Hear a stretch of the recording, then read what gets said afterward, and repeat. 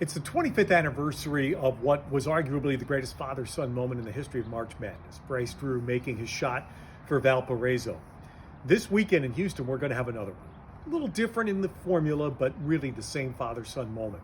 Sitting probably just a few rows behind the San Diego State bench will be Jim Dutcher. Just a few weeks shy of his 90th birthday, he's making the trip to Houston to watch his son Brian coach San Diego State in their first ever Final Four appearance. And I admit it's a little personal. I worked with Jim for several years on Minnesota Gophers telecasts about 30 years ago, and I learned that Jim was the definition of a true gentleman. Well, the child is definitely the product of the father. Getting to know Brian through the years, as many have heard this week and will certainly hear during the telecast this weekend.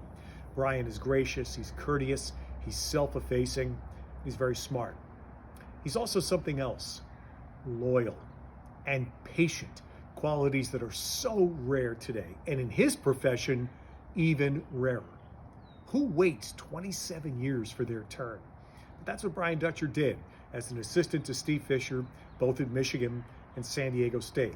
He was long ago anointed as Fisher's successor, but we know how those things usually turn out. Just look at what happened in Syracuse. In fact, I'll tell you a true story. This was in 2010. Conference realignment was beginning the first wave of insanity. And for a moment, San Diego State actually said they were going to take their football program to the Big East. Think about that. What was it going to do to basketball? They were going to play in the Big West, which is a bus league within California. Now, at the same time, Steve Fisher had Kawhi Leonard on his team, the greatest Aztec of all time, and San Diego State was becoming not just a regional power, but a national presence. So I was covering an Aztecs road game, and after the shoot-around, I went up to Steve Fisher, and with my tongue in cheek, I asked, "Hey, Fish, how are you going to handle those bus rides across the state of California coming up?" And he just looked at me with the classic Fisher deadpan, and he said, "That'll be Dutch's problem." Well, of course, that Big East thing fell apart.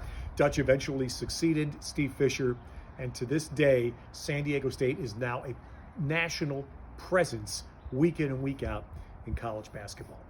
So this weekend, I'll be smiling. I think anybody that's ever met Brian Dutcher or Jim will be smiling as well for a really good story.